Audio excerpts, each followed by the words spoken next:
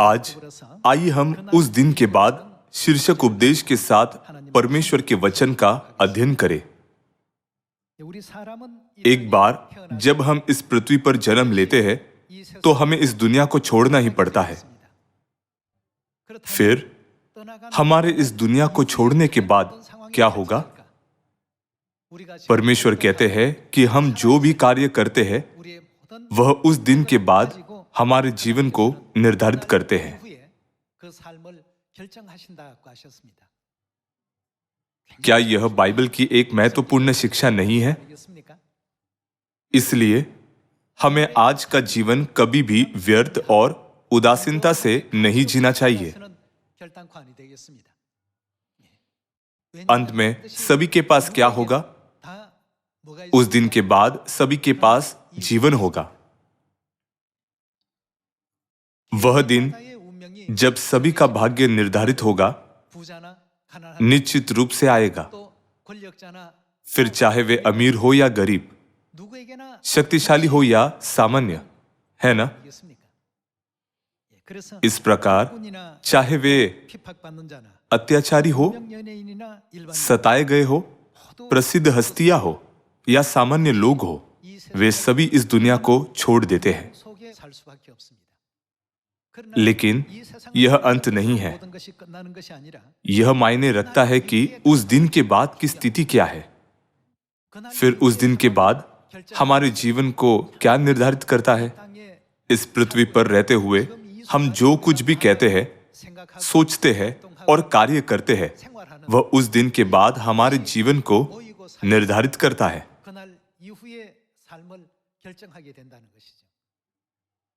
Bible की इस शिक्षा को देखते हुए हमें अपना जीवन कभी भी व्यर्थ चीज में बर्बाद नहीं करना चाहिए। आइए हम इब्रानियों अध्याय 9 आयत 27 देखें।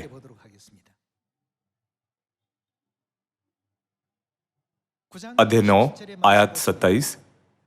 और जैसे मनुष्यों के लिए एक बार मरना और उसके बाद उस दिन के बाद क्या होता है?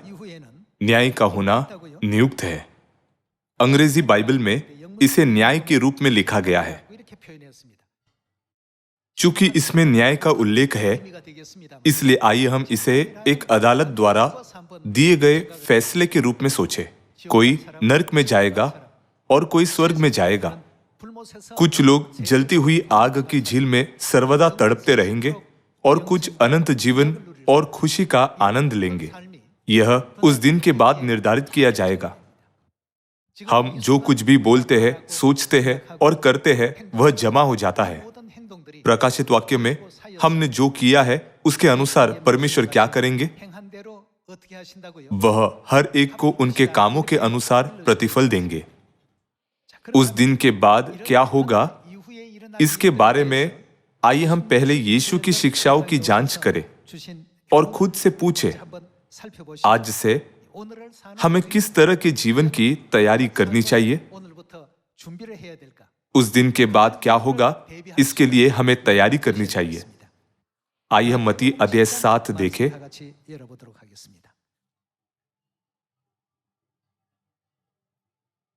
मत्ती अध्याय 7 आयत 21 में यीशु कहते हैं, जो मुझसे हे प्रभु कहता है, उनमें से हर एक स्वर्ग के राज्य में प्रवेश न करेगा। उस दिन के बाद हम कहां जाना चाहते हैं? स्वर्ग के राज्य में। यहां यीशु कहते हैं, जो मुझसे हे प्रभु कहता है, उनमें से हर एक स्वर्ग के राज्य में प्रवेश न करेगा, परंतु वही जो मेरे स्वर्ग पिता की इच्छा पर चलता है। तब क्या हम यह नहीं कह सकते कि परमेश्वर की इच्छा पर चलना अनंत स्वर्ग के राज्य की तैयारी करने का तरीका है? आयत 22। उस दिन बहुत से लोग मुझसे कहेंगे, हे प्रभु, क्या हमने तेरे नाम से भविष्यवाणी नहीं की और तेरे नाम से दुष्ट आत्माओं को नहीं निकाला और तेरे नाम से बहुत से आश्चर्य कर्म नहीं किए? तब मैं उनसे खुलकर कह दूंगा, मैंने तुमको कभी नहीं जाना। हे कुकर्म करने वालों, मेरे पास से चले जाओ। दूसरे शब्दों में वे कौन है? कुकर्म करने वाले वे हैं जो परमेश्वर की व्यवस्था का पालन नहीं करते। इसलिए एक अन्य संस्करण में यह लिखा गया है, हे व्यवस्था के उल्लंघन करता, मेरे पास से चले जाओ। जब लोग परमेश्वर के न्याय आसन के सामने खड़े होंगे तो परमेश्वर पूछेंगे, तुमने पृथ्वी पर क्या किया? कुछ लोग कहेंगे, हे प्रभु, मैंने आपके नाम से भविष्यवाणी की और दुष्ट आत्माओं को निकाला। मैंने बहुत से चिन्ह दिखाए और अद्भुत काम किए। तुमने और क्या किया? मैंने रविवार की आराधना की, क्रूस की उपासना की और क्रिसमस मनाया।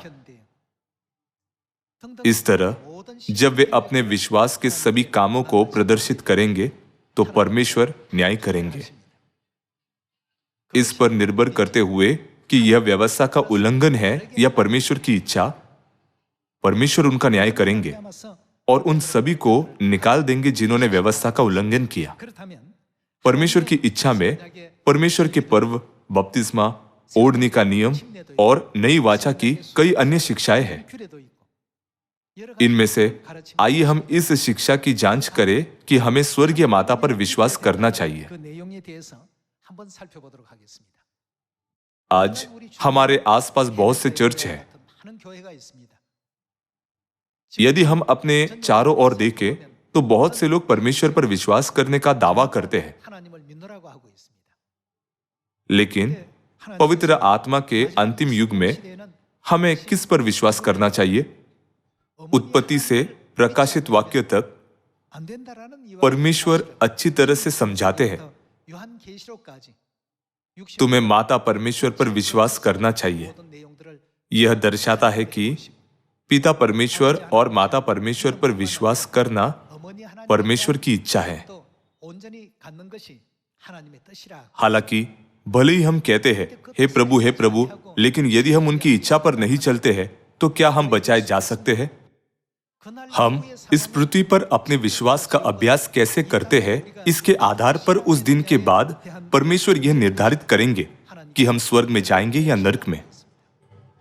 क्योंकि जो लोग हे प्रभु कहते हैं वे भी स्वर्ग में प्रवेश नहीं कर सकते। इसलिए यह कहने की आवश्यकता नहीं है कि जो लोग परमेश्वर पर विश्वास नहीं करते हैं वे उसमें प्रवेश नहीं करेंगे। इसलिए क्या हमें पिता परमेश्वर और माता परमेश्वर पर सही विश्वास के द्वारा स्वर्ग के राज्य में उद्धार की ओर पूरी मानव जाति की अगुवाई नहीं करनी चाहिए? साथ ही क्या हमें प्रेम से अपने पड़ोसियों का सत्य की ओर मार्गदर्शन नहीं करना चाहिए? आज संसार के चर्च केवल पिता परमेश्वर में विश्वास पर जोर देते हैं, लेकिन बाइबल हमें सिखाती है कि जब हम पिता परमेश्वर और माता परमेश्वर पर विश्वास करते हैं तो हम पूर्ण विश्वास तक पहुंच सकते हैं। आइए हम गलातियों अध्याय 4 देखें।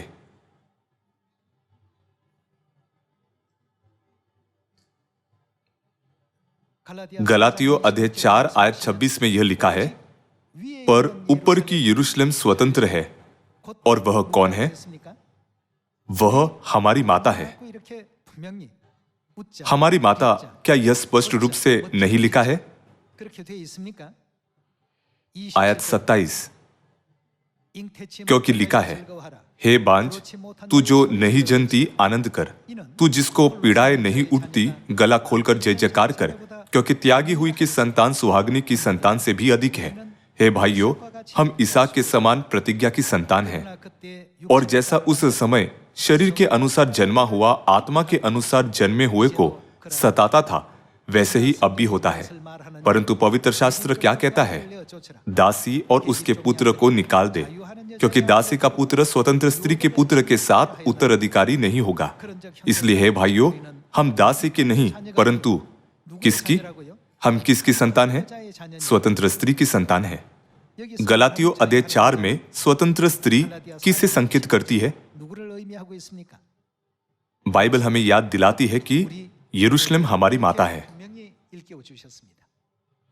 परमेश्वर के लोग जिन्होंने प्रतिज्ञा प्राप्त की है स्त्री की संतान कहलाती है। बाइबल की 66 पुस्तकों के माध्यम से परमेश्वर हमें स्पष्ट रूप से सिखाते हैं कि हमारे पास माता परमेश्वर है। बाइबल में यह एकमात्र गवाही नहीं है। आइए हम उत्पत्ति अध्याय 1 खोलें। जब हम पूरी तरह से समझ जाते हैं कि यहां परमेश्वर की इच्छा क्या है, तो हम उस दिन के बाद स्वर्ग के राज्य की परमेश्वर की प्रतिज्ञा में भाग ले सकते हैं। 천국이라는 이와 같은 하나님의 약속에 동참할 수 있는 것이죠. आइए हम उत्पत्ति अध्याय 1 आयत 26 देखें।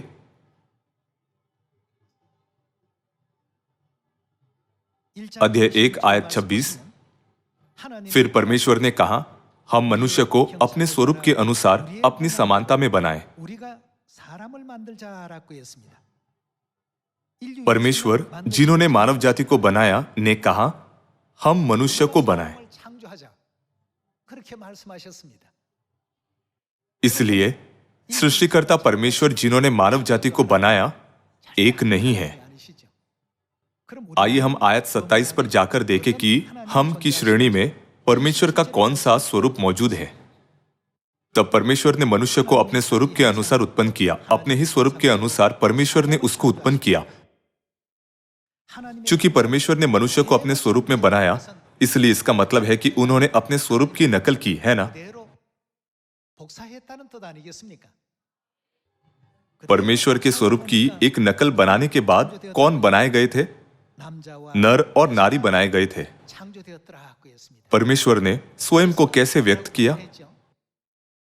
우리가 हम मनुष्य को अपने स्वरूप के अनुसार अपनी समानता में बनाए। 나 혼자 उन्होंने मनुष्य को अकेले नहीं बनाया। यदि एक परमेश्वर ने मनुष्य को बनाया होता तो उन्हें कैसे व्यक्त किया जाना चाहिए? 뭐라고 표현해야 됩니까? मैं मनुष्य को बनाऊंगा। 나 혼자 창조하겠다. उन्हें इस अभिव्यक्ति का इस्तेमाल करना चाहिए था। 26 लेकिन आयत 26 में परमेश्वर ने कहा, हम मनुष्य को अपने स्वरूप के अनुसार बनाएं। 하고 ऐसा करने से नर और नारी बनाए गए। 창이 창조되어졌습니다. 그 हम परमेश्वर के उस नर स्वरूप को क्या कहते हैं? 뭐라고 표현하죠? हम उन्हें पिता परमेश्वर कहते हैं। तब स्वाभाविक रूप से हमें परमेश्वर के नारी स्वरूप को क्या कहना चाहिए? 아버지는 뭐라고 불러야 됩니까? बेशक हमें उन्हें माता परमेश्वर कहना चाहिए। उत्पत्ति इस मामले को बहुत स्पष्ट रूप से समझाती है। फिर भी आज दुनिया के सभी चर्च कहते हैं केवल पिता परमेश्वर है, माता परमेश्वर नहीं है। 하나님은 없다. तब क्या उनकी बाइबल में उत्पत्ति अध्याय 1 हमारी बाइबल से अलग है? यह एक जैसा है। चाहे आप किसी भी बाइबल को देखें, इसे उसी तरह से दर्ज किया गया है। फिर भी वे यह कहते हुए कि परमेश्वर एक है, केवल एक परमेश्वर की आराधना करते हैं। 섬기고 있습니다. केवल एक ही परमेश्वर। इसका दावा करने के लिए वे जिस आयत का सबसे अधिक उपयोग करते हैं वह इफिसियो अध्याय 4 है। आइए हम इफिसियो अध्याय 4 आयत 5 देखें। 주도 एक ही प्रभु है, एक ही विश्वास, एक ही बपतिस्मा। 신내도 하나요. और कितने परमेश्वर है? 몇 분이시라고요? सबका एक ही परमेश्वर। 자, 하나의 यदि हम केवल इसे पढ़ते हैं तो ऐसा लगता है कि केवल एक ही परमेश्वर है, लेकिन इसके बाद क्या जारी रहता है? 곧 और पिता है। 아버지시라고 했습니다. हमारे पिता के रूप में हमारे पास कितने परमेश्वर है? केवल एक। 아버지로서 하나님 हमारे पिता के रूप में केवल एक ही परमेश्वर है, लेकिन पिता परमेश्वर के अलावा और कौन है? 누구도요? उत्पत्ति अध्याय 1 आयत 26 के अनुसार नारी के स्वरूप का आदर्श कौन बनी? 26절에 누구이셨습니까? 그 하나님은 तब क्या हमें परमेश्वर के उस नारी स्वरूप को माता परमेश्वर नहीं कहना चाहिए? पिता परमेश्वर और माता परमेश्वर मानव जाति को अनंत जीवन देते हैं। 부여하신 분이시기 때문에 यही कारण है कि उत्पत्ति अध्याय 1 से बाइबल ने गवाही दी कि मानव जाति को पिता परमेश्वर और माता परमेश्वर ने बनाया था। 기록하고 있었던 것입니다. 우리나라에 कोरिया में भी कई संप्रदाय है। Presbyterian, Methodist, Holiness, Baptist, Seventh Day Adventist, यहोवा के साक्षी, एकीकरण और अन्य। 어떤 종파의 लेकिन बाइबल एक ही है। 성경은 다 똑같습니다. 영어 성경 अंग्रेजी बाइबल 또 और स्पेनिश बाइबल भी 성경에도 एक समान है। 똑같이 나와 있습니다. 모든 चूंकि सभी बाइबल बिल्कुल एक जैसी लिखी गई है, इसलिए क्या हमें उन पर वैसे ही विश्वास नहीं करना चाहिए जैसी वे है? क्या एक नर को परमेश्वर के स्वरूप में नहीं बनाया गया था? जिसमें पुरुषत्व है, और क्या नारी को परमेश्वर के स्वरूप में नहीं बनाया गया था जिसमें स्त्रीत्व है? क्या आपको लगता है कि परमेश्वर मैं और हम में अंतर नहीं कर सकते? परमेश्वर ने कहा हम मनुष्य को अपने स्वरूप के अनुसार अपनी समानता में बनाए और नर और नारी को बनाया। तब परमेश्वर के भीतर पुरुष स्वरूप के परमेश्वर और स्त्री स्वरूप की परमेश्वर दोनों मौजूद है। पुरुष स्वरूप के परमेश्वर और स्त्री स्वरूप की परमेश्वर दोनों ने मिलकर हमें बनाया। इसलिए परमेश्वर ने कहा हम मनुष्य को अपने स्वरूप के अनुसार अपनी समानता में बनाए, है ना? इसके आधार पर आइए हम मत्ती अध्याय 7 में यीशु के वचनों को याद करें। स्वर्ग के राज्य में कौन प्रवेश करेगा? केवल वही जो परमेश्वर की इच्छा पर चलता है। उस दिन के बाद का जीवन इस प्रकार निर्धारित किया जाएगा, क्योंकि आज चर्चों में उत्पत्ति अध्याय 1 के लिए भी ऐसी भ्रांतियां हैं। इसलिए भले ही वे बाइबल पढ़ते हैं, वे असंगत निष्कर्षों पर पहुंचते हैं। सभी मनुष्य स्वर्ग जाने की इच्छा रखते हैं। वहां जाने के लिए हमें पिता की इच्छा पर चलना चाहिए। परमेश्वर की इच्छा न केवल पिता परमेश्वर पर बल्कि और किस पर भी विश्वास करना है। हमें पिता परमेश्वर और माता परमेश्वर दोनों पर विश्वास करना चाहिए। क्या परमेश्वर हमें यह नहीं बताते कि केवल तभी हम स्वर्ग के परिवार का हिस्सा बन सकते हैं? आइए हम इब्रानियों अध्याय 12 आयत 9 देखें। आयत 9 के अनुसार एक पिता है जिन्होंने हमारे भौतिक शरीरों को जन्म दिया, और एक और पिता भी है जिन्होंने हमारी आत्माओं को जन्म दिया।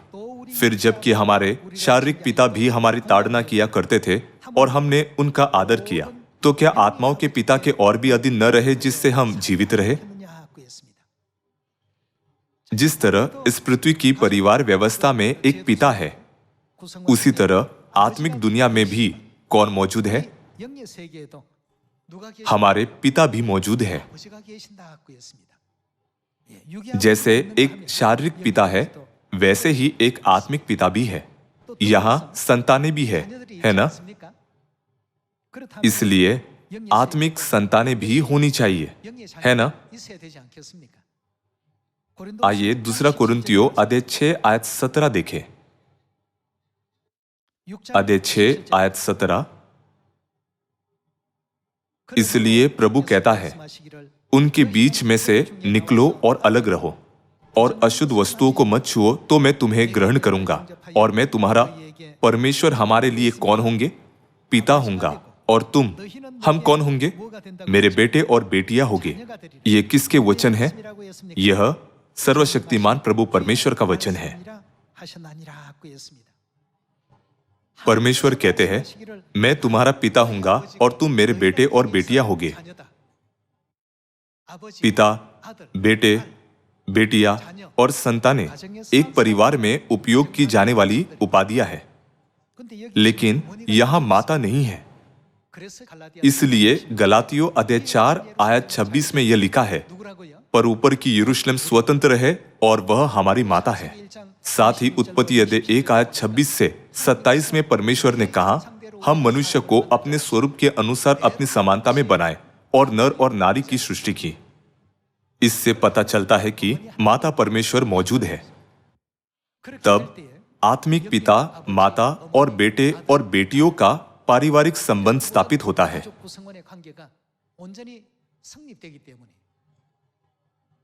इसलिए 2000 साल पहले जब परमेश्वर इस पृथ्वी पर आए, तो उन्होंने हमें सिखाया कि हम परमेश्वर की संतान हैं, जो परमेश्वर के लहू के द्वारा संबंधित है।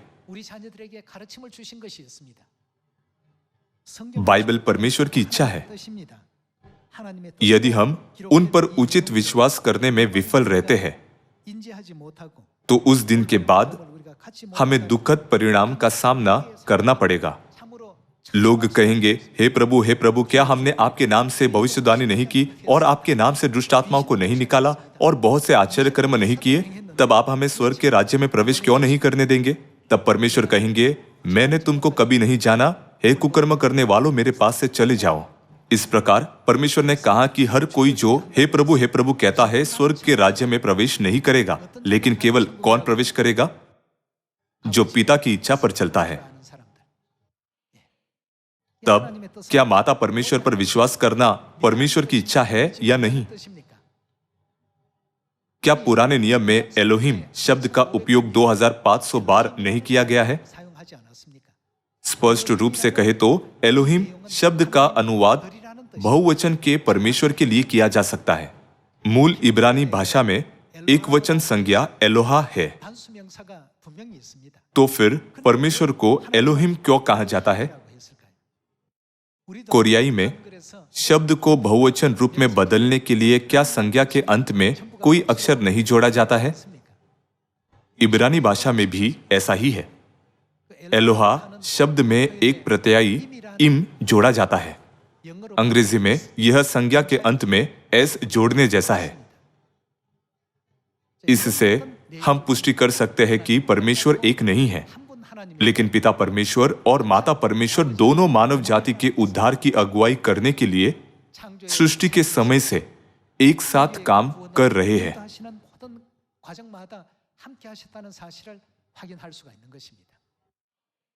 फिर भी आज कई चर्च कहते हैं, क्या वह चर्च जो माता परमेश्वर पर विश्वास करता है अजीब नहीं है? इसके बावजूद हमें इस बात की जांच करनी चाहिए कि बाइबल इस मामले के बारे में कैसे गवाही देती है और उस दिन के बाद हमारे उद्धार की तैयारी करनी चाहिए। सभी लोगों, हमारा मानव जीवन कितना छोटा है। 20 या 30 वर्ष की आयु के लोग सोचते हैं कि उनके आगे आने वाले दिन बहुतायत से है, लेकिन वे पलक झपकते ही गुजर जाते हैं। यह आश्चर्यजनक है कि समय इतनी जल्दी कैसे उड़ जाता है। 2 या 3 महीने एक झटके में बीत जाते हैं। इसलिए हमारा जीवन निश्चित रूप से लंबा नहीं है, यह क्षणभंगुर है। इस बारे में थॉमस मोर का किस्सा मेरे हृदय में गहरा प्रभाव छोड़ता है। उसे अपनी धार्मिक मान्यताओं के कारण राजा की आज्ञा का पालन न करने के लिए जेल भेज दिया गया था। उसकी पत्नी और बेटा उससे मिलने आए। पत्नी ने कहा, प्रिय, क्या आप यह नहीं कह सकते कि आप राजा की इच्छाओं का पालन करेंगे? मोर ने कहा, तुम्हें क्या लगता है कि मेरे पास जीवन जीने के लिए कितने साल बचे हैं? 20 साल और। तो क्या मुझे उन छोटे 20 वर्षों के लिए अनंत जीवन को त्याग देना चाहिए? इस प्रकार उसने राजा के सामने घुटने नहीं टेके। उसने दृढ़ संकल्प किया था कि वह केवल 20 वर्षों तक अपने जीवन को लंबा करने के लिए परमेश्वर द्वारा सिखाए गए धर्मी मार्ग का पालन करने के अपने विश्वास को नहीं छोड़ सकता। परिणाम स्वरूप जेल में उसकी मृत्यु हो गई।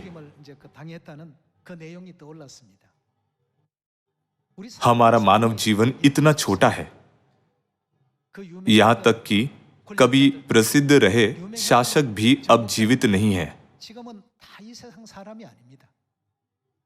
दुनिया पर हुकूमत करने वाले नेपोलियन और चंगेज खान का भी निधन हो गया। वे सभी हस्तियां जिनके नाम से ही आप उन्हें पहचान सकते हैं, इस दुनिया को छोड़कर जा चुके हैं। वे उस दिन के बाद का जीवन जी रहे हैं।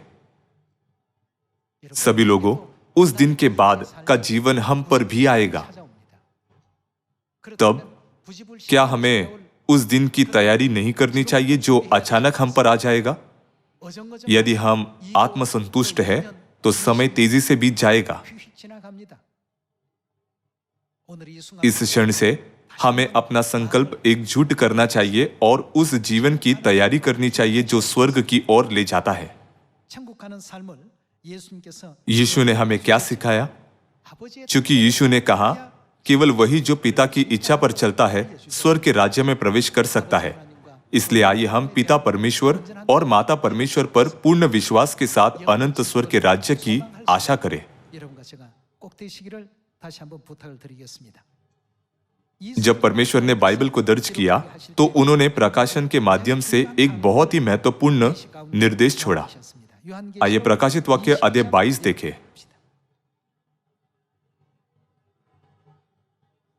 आइए अध्याय 22 आयत 18 देखें। मैं हर एक को जो इस पुस्तक की भविष्यवाणी की बातें सुनता है गवाही देता हूं। इस पुस्तक बाइबल को दर्शाती है। मैं हर एक को जो बाइबल की भविष्यवाणी की बातें सुनता है गवाही देता हूं। यदि कोई मनुष्य इन बातों में कुछ बढ़ाए तो परमेश्वर उन विपत्तियों को जो इस पुस्तक में लिखी है उस पर बढ़ाएगा। यदि कोई इस भविष्यवाणी की पुस्तक की बातों में से कुछ निकाल डाले तो परमेश्वर उस जीवन के वृक्ष और पवित्र नगर में से जिसका वर्णन इस पुस्तक में है उसका भाग निकाल देगा। बाइबल के वचनों को मनुष्यों द्वारा कभी नहीं बदला जाना चाहिए। इसके पीछे एक कारण है।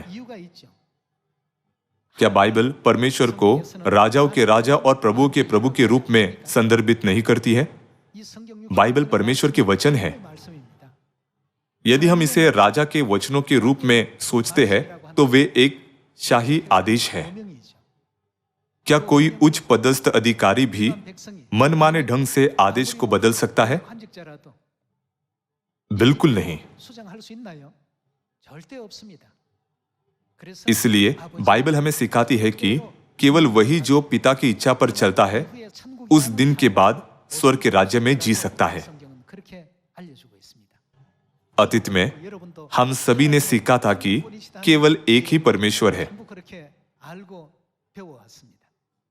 हालांकि इस सत्य को स्वीकार करने पर हमने महसूस किया कि जब पिता परमेश्वर और माता परमेश्वर है तो हम भाई और बहन बन जाते हैं।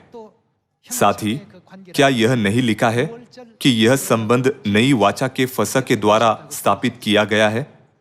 आइए हम मत्ती अध्याय 26 आयत 17 देखें। अध्याय 26 आयत 17 देखें। अखमीरी रोटी के पर्व के पहले दिन चेले यीशु के पास आकर पूछने लगे, तू कहाँ चाहता है कि हम तेरे लिए फसह खाने की तैयारी करें? उसने कहा, नगर में अमुक व्यक्ति के पास जाकर उससे कहो, गुरु कहता है कि मेरा समय निकट है, मैं अपने चेलों के साथ तेरे यहाँ वह क्या मनाने जा रहे हैं? फसह का पर्व मनाऊंगा। अतः चेलों ने यीशु की आज्ञा मानी और फसह तैयार किया। फसह किसकी इच्छा है? यह परमेश्वर की इच्छा है। लोगों के फसह को मनाए हुए एक लंबा समय हो गया है। चूंकि 325 ईस्वी में निकिया की परिषद में फसह को नष्ट कर दिया गया था, इसलिए हमारे चर्च ऑफ गॉड को छोड़कर किसी भी चर्च ने अब तक इसे नहीं मनाया है। फसह वह है जिसे मनाने की आज्ञा यीशु ने अपने चेलों को दी थी। आइए हम आयत 26 पर जाएं। आइए फसह मनाने के दृश्य को देखें। जब वे खा रहे थे तो यीशु ने रोटी ली और आशीष मांगकर तोड़ी और चेलों को देकर कहा, लो खाओ, यह मेरी देह है। यीशु ने कहा कि फसह की रोटी उनकी पवित्र देह है। आइए हम आयत 27 देखें। फिर उसने कटोरा लेकर धन्यवाद किया और उन्हें देकर कहा, तुम सब इसमें से पियो, क्योंकि यह फसह का दाखमधु वाचा का मेरा वह लहू है जो बहुतों के लिए पापों की क्षमा के निमित्त बहाया जाता है।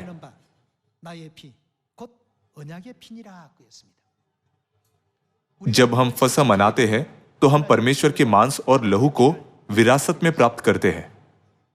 बच्चों को अपने माता पिता का मांस और लहू विरासत में मिलता है। फिर जिन्हें परमेश्वर को पिता और माता कहने का अधिकार है, उन्हें फसह के माध्यम से क्या प्राप्त करना चाहिए? क्या उनके पास परमेश्वर का जीवन का लहू नहीं होना चाहिए? इसलिए यीशु ने हमें फसह मनाने की आज्ञा दी और कहा, मुझे बड़ी लालसा थी कि यह फसह तुम्हारे साथ खाऊं। उन्होंने फसह का वर्णन किस वाचा के रूप में किया? यह नई वाचा है। उनका अर्थ था, यह वाचा न कभी लुप्त होगी और न कभी धुंधली होगी। यह कहकर क्या उन्होंने हमें अनंत वाचा के रूप में नई वाचा का फसह नहीं दिया? आज हम स्वर्गीय पिता और स्वर्गीय माता का आदर करते हैं। 또 परमेश्वर ने सियोन में प्रिय भाइयों और बहनों के बीच आत्मिक लहू प्रदान किया है। 피를 하나님께서 허락해 놓으셨습니다. 예, 그래서 इसलिए 요한복음 यूहन्ना अध्याय 13 आयत 34 में परमेश्वर ने हमें क्या आज्ञा दी है? 주셨습니까? 새 계명 उन्होंने कहा, मैं तुम्हें एक नई आज्ञा देता हूं। हमें क्या करना चाहिए? एक दूसरे से प्रेम करो, तो इसी से सब जानेंगे कि तुम मेरे चेले हो। 내 제자인 줄 알게 될 것이다 말이에요. सभी लोगों, 한 말씀 प्रत्येक वचन का अपना महत्व और परमेश्वर की इच्छा है। आइए हम इसे न भूलें और परमेश्वर की इच्छा को पूरा करें ताकि हम अनंत स्वर्ग के राज्य में लौट सकें। 영원한 천국 돌아갈 수 있는 우리 모두가 됩시다. 그날 हमें 이후를 उस दिन के बाद के जीवन की तैयारी करनी चाहिए। 이후에 उस दिन के बाद 생활을 누릴 कौन स्वर्ग के राज्य में जीवन का आनंद लेगा? 사람들은 어떤 사람일까? 아버지의 कौन स्वर्ग के राज्य में प्रवेश करेगा? केवल वही वहां प्रवेश कर सकता है जो पिता की इच्छा पर चलता है। 오늘 आज 다시 한번 मैं अपने सभी अनुग्रहपूर्ण भाइयों और बहनों से बाइबल की सभी शिक्षाओं को अपने मन में अंकित करने के लिए कहना चाहता हूं। 받들어서 आज्ञाकारिता के साथ पिता और माता की इच्छा का पालन करके 어머니를 찾고 आइए हम अपने खोए हुए भाइयों और बहनों को शीघ्रता से खोजें, 진리 가운데로 जो पिता, माता और सियोन की लालसा रखते हैं और उनका सत्य में मार्गदर्शन करें। 오늘의 이 यह आशा करते हुए कि आज का दिन स्वर्ग की यात्रा पर सुंदर मील के पत्थर बनाते हुए एक आशीषित समय होगा, मैं उपदेश को समाप्त करना चाहूंगा। आपका बहुत बहुत धन्यवाद।